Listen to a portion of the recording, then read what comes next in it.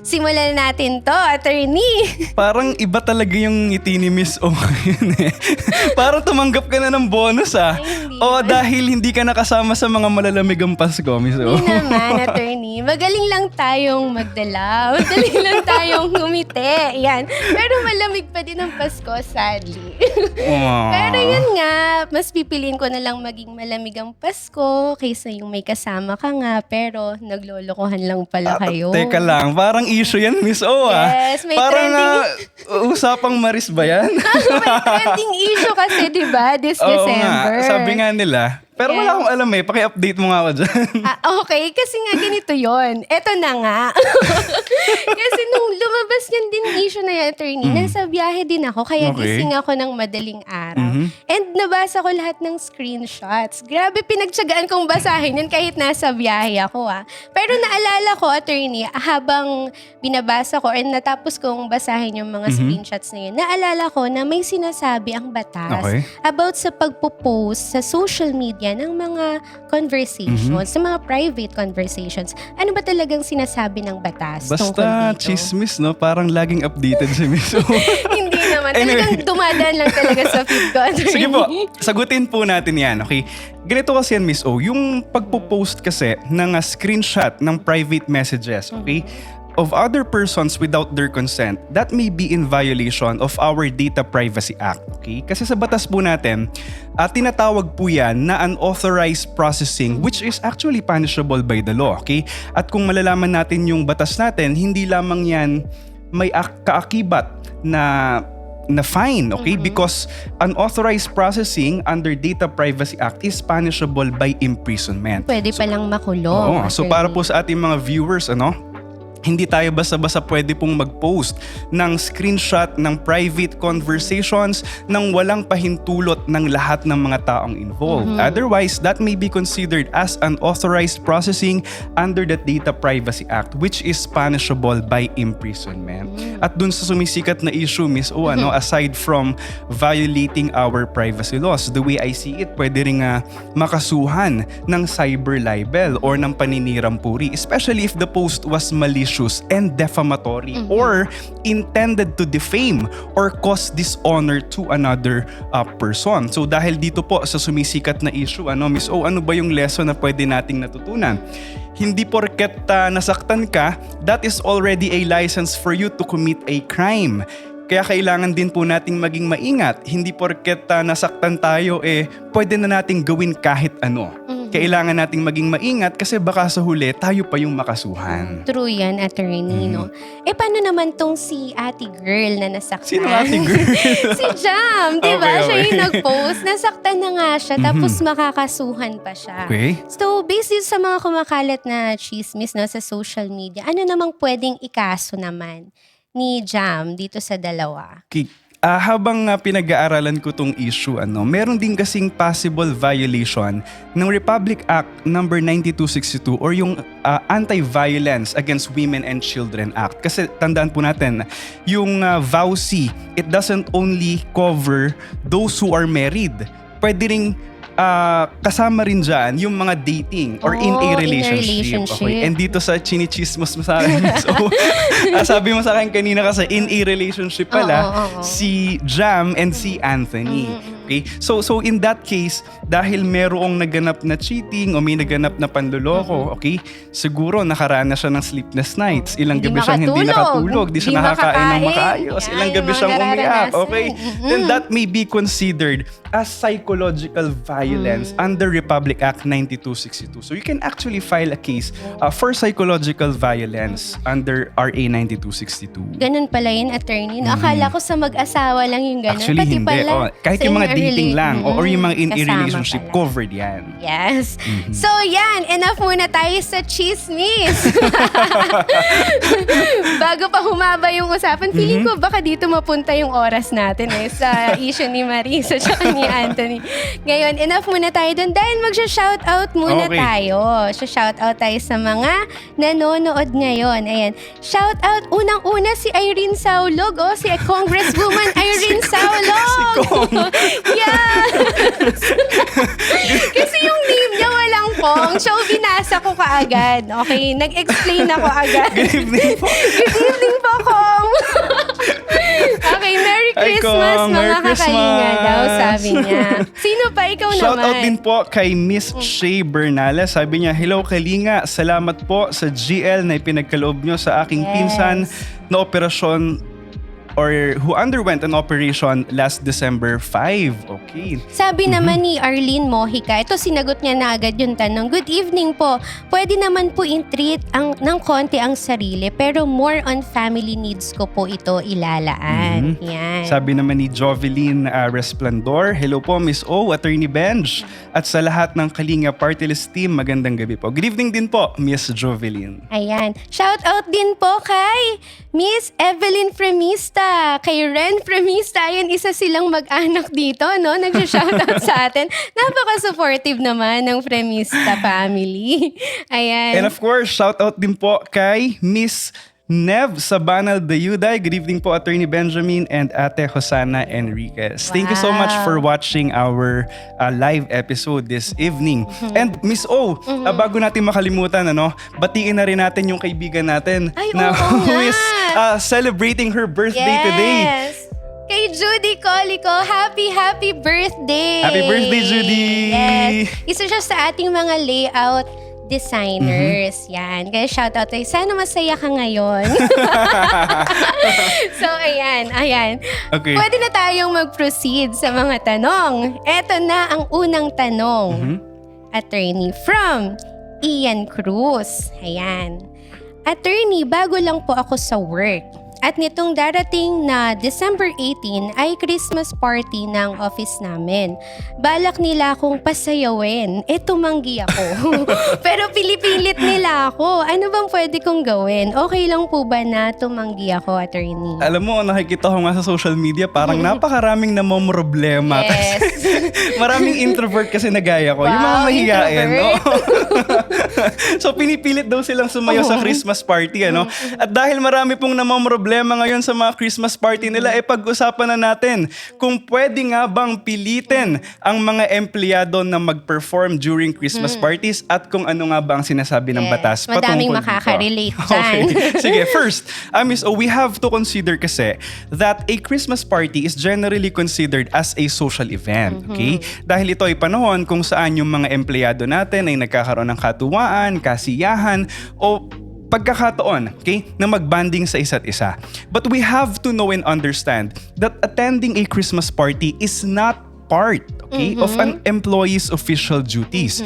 At dahil hindi talaga ito parte ng trabaho natin, okay, by law, you cannot be forced to dance, you cannot be forced to perform, you cannot be forced even to attend your Christmas party. Kumbaga, hindi ka pwedeng pilitin ng boss mo na mag-attend o sumali sa mga presentations. Ibig sabihin yan, Miss O, yung participation natin sa mga performances ay voluntary lamang. Okay? At hindi po yan pwedeng gawing mandatory ng ating employer. Okay. Second, kailangan din nating i-consider yung oras kung kailan tayo pinagpa-practice o pinagpe-perform ng ating employer. Kasi kung outside working hours na yan, dapat bayaran ka ng overtime pay. So may overtime pay pala, pati sa practices. Oo, of course. Kasi sabi ng labor code po natin, yung normal working hours ay 8 oras lamang sa isang araw. Okay? At kapag ikaw ay pinagtrabaho ng higit sa 8 oras, then you are already entitled to overtime pay. So, ibig sabihin,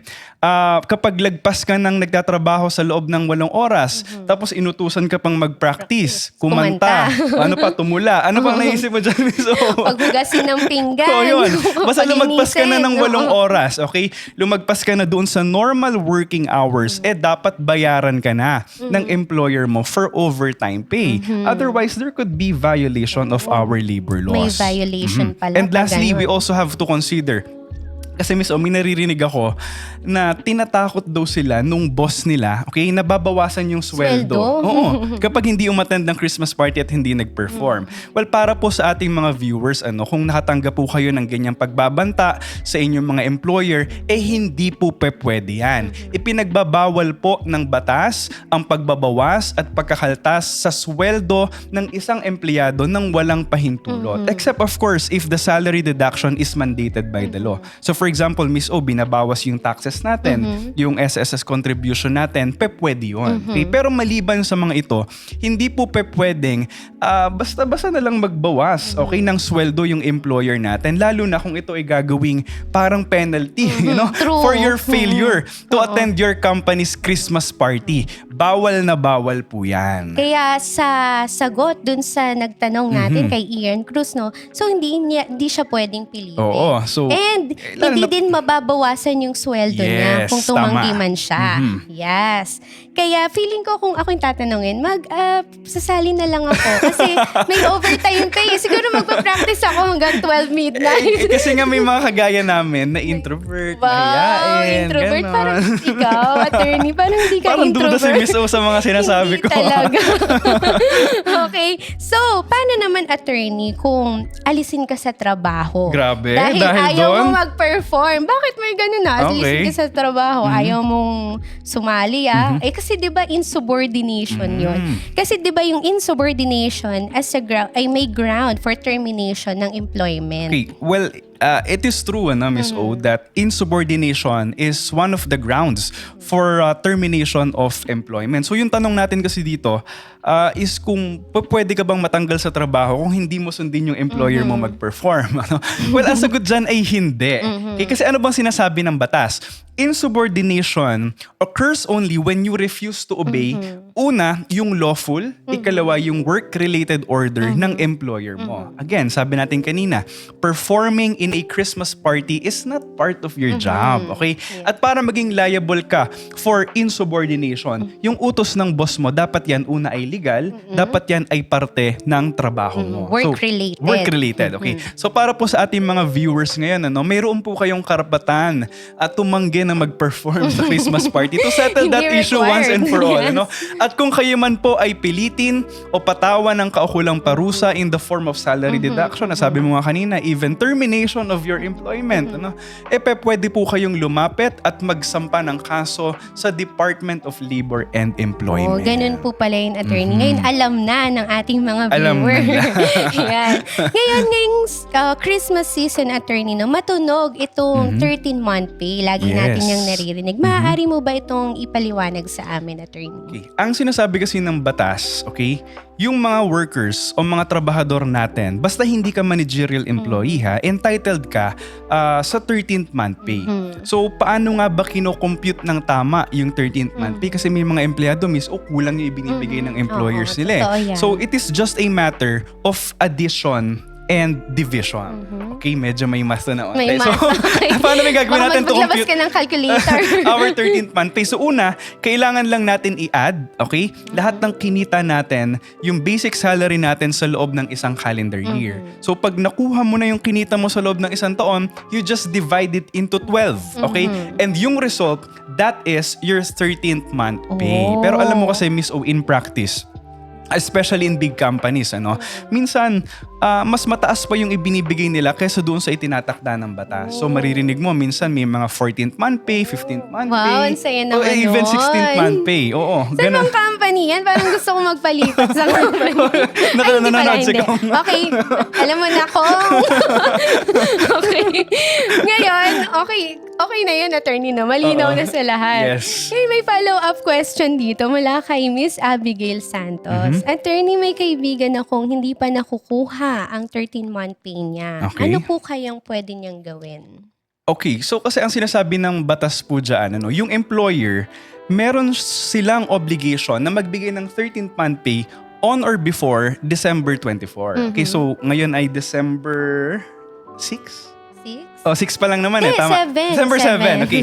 So meron pang hanggang December 24 yung employer ng viewer natin para magbigay ng 13th month pay. Pero, okay, kung yung ating viewer ay hindi bigyan ng 13th month pay, even though he or she is legally entitled to 13th month pay, pag lumagpas na po yung December 24 deadline, pwede ka na pong mag-report sa Department of Labor and Sa Employment. dole. Yes, kasi baka mamaya ilang taon na pala siyang nagtatrabaho. Tapos di nakaka-receive receive ng 13th Hindi siya month pay. binibigyan ng 13th month pay. So pwede po nating ireklamo yan sa Department of Labor and Employment, at yung boss natin, okay, pwede yung utusan ng DOLE na magbigay ng 13th month pay, hindi lang for this year, pati yung mga previous years. Na hindi siya nabigyan. Yes, na hindi siya nabigyan. Okay, so take note po para sa ating mga viewers, napakahalaga po na ating nauunawaan at malaman na basta ikaw po ay trabahador, basta hindi ka managerial employee ha, at you are employed not less than 1 month, okay? O nagtatrabaho 1 ka na month. ng hindi bababa sa isang buwan,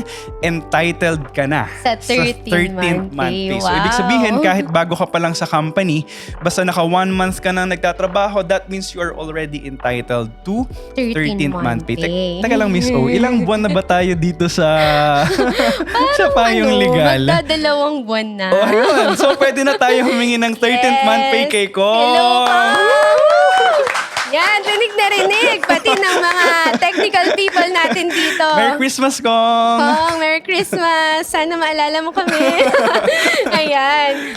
Okay. Ito naman, no? Merong 13-month pay, pero naririnig ko rin yung Christmas bonus. Okay.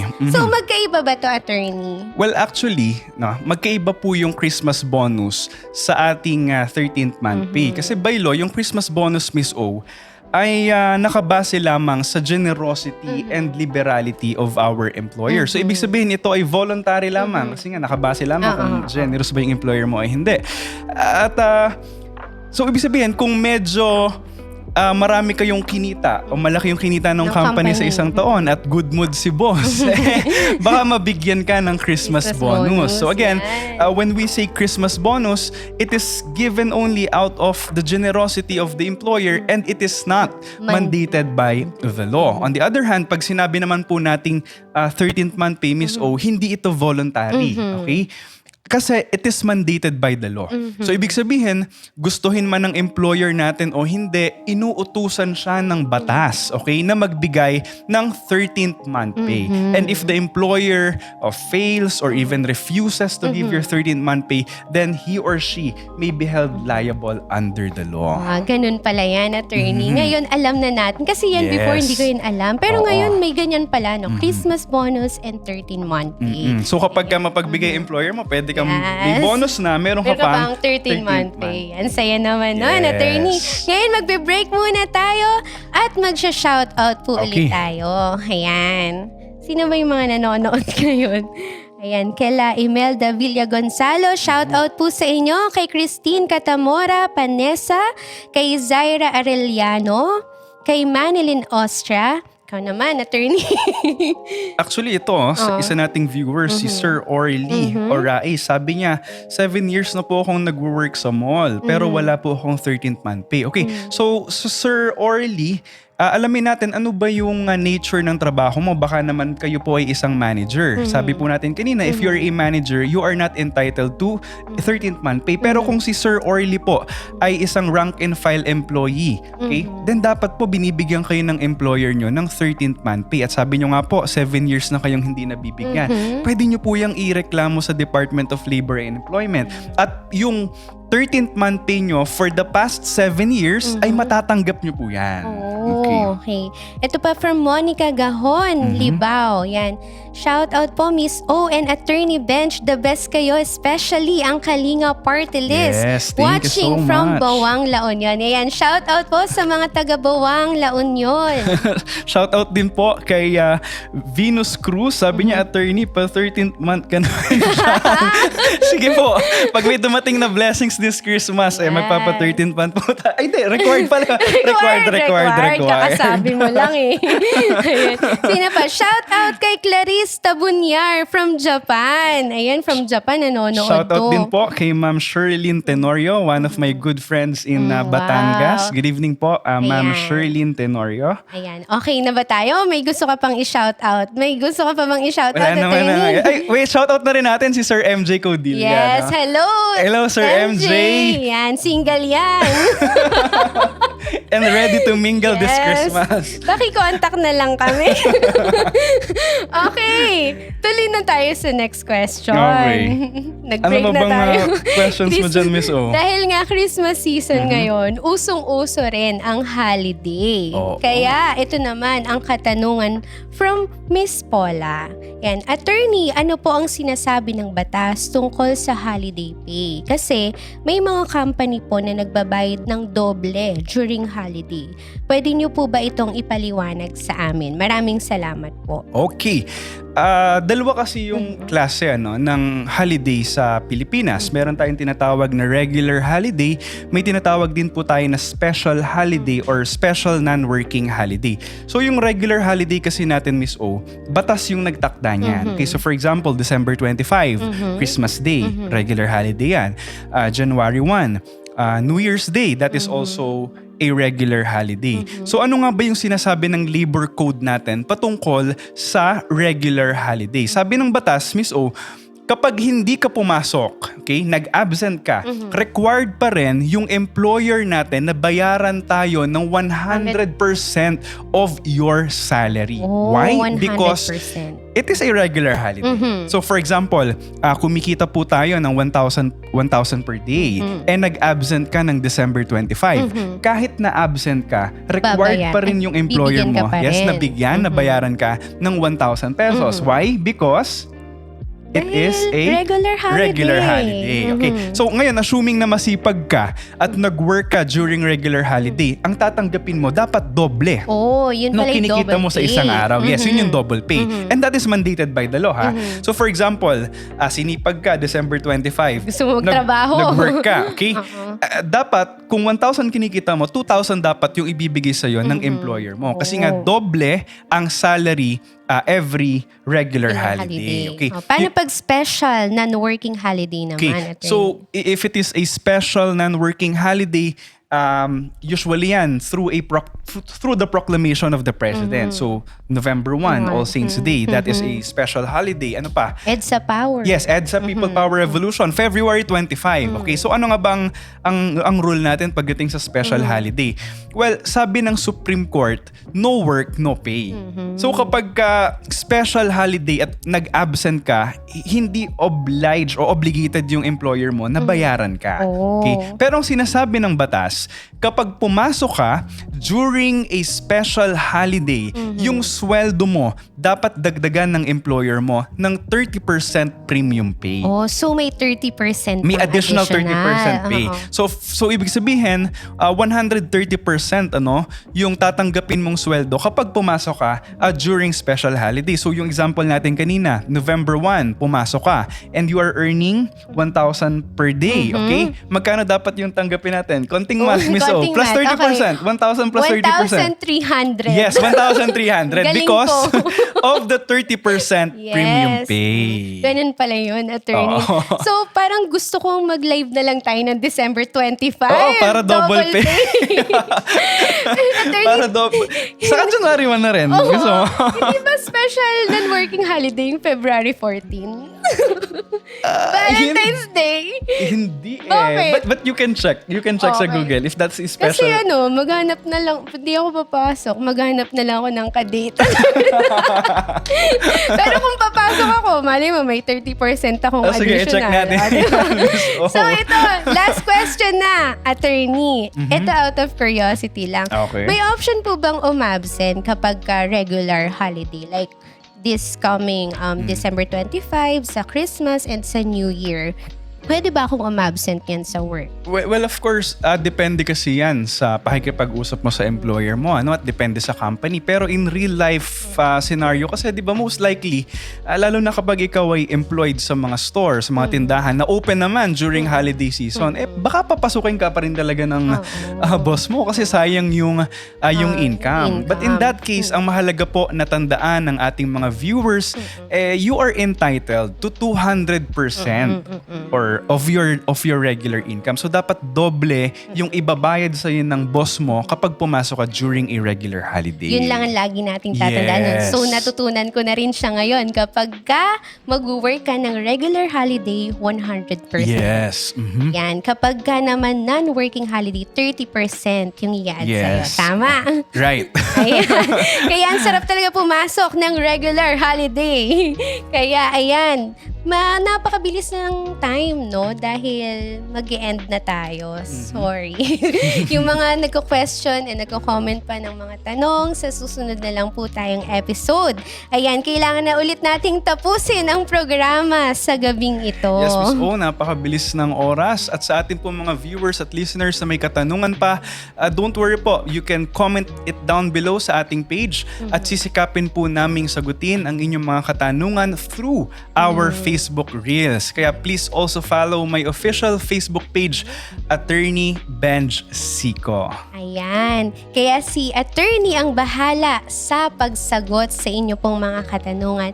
At ngayon nga pong December, marami pa tayong sorpresa na inaabangan galing sa Kalinga Party List. Dahil dito nga sa buwan na ito, meron tayong gift giving, meron tayong medical mission, at meron tayong rice Yes, distributions. walang tigil ang Sa pagtulong. iba't ibang lugar ng bansa. Even Kong Irene, walang Yes, tigil ang true. pagpunta sa iba't ibang mga probinsya and municipal. Napakasipag. Yes.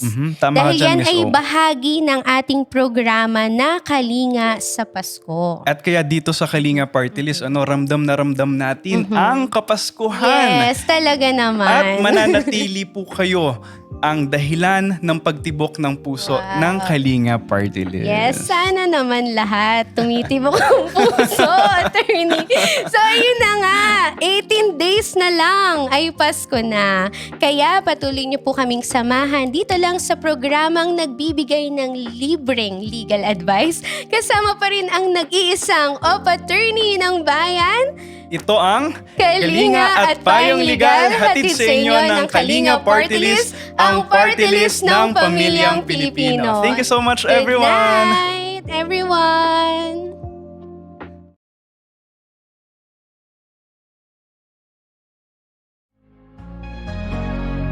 Sa bawat umaga, pamulat ng mata, ang mundo'y tila puno ng pag-asa. Ngunit may mga pusong nalulumbay na kailangan ng pag-aarog at pagmamahal. Damang-dama ang init ng iyong pagkalinga.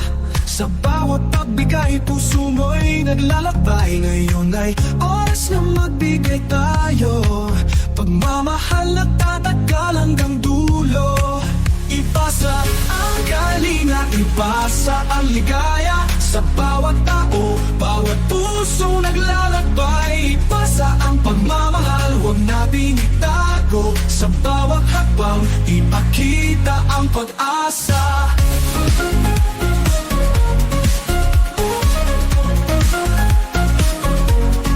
Sa oras ng lungkot, sa oras ng pangungulila, ang iyong tinig ay tila musika. Sa bawat sandali ng pagdapon ng ulan, ikaw ang aking ilaw sa dilim ng daan. Minsan ang buhay ay tuno ng pagsubok, pero sa bawat pagbigay, ikaw ay aking gabay. Ngayon ay panahon na ibalik ang lahat. Pagmamahal mong tinanggap, ipasa sa kapwa. Ipasa ang kalinga, ipasa ang ligaya sa bawat tao, bawat puso naglalakbay. Ipasa ang pagmamahal, huwag natin itago. Sa bawat hakbang, ipakita ang pag-asa.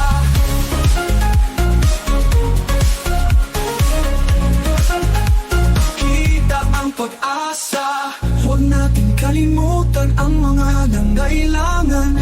Sa simpleng pag-ibig, may bagong umaga. Ang kalinga mo'y hindi masasayang. Sa bawat pagbigay, may bagong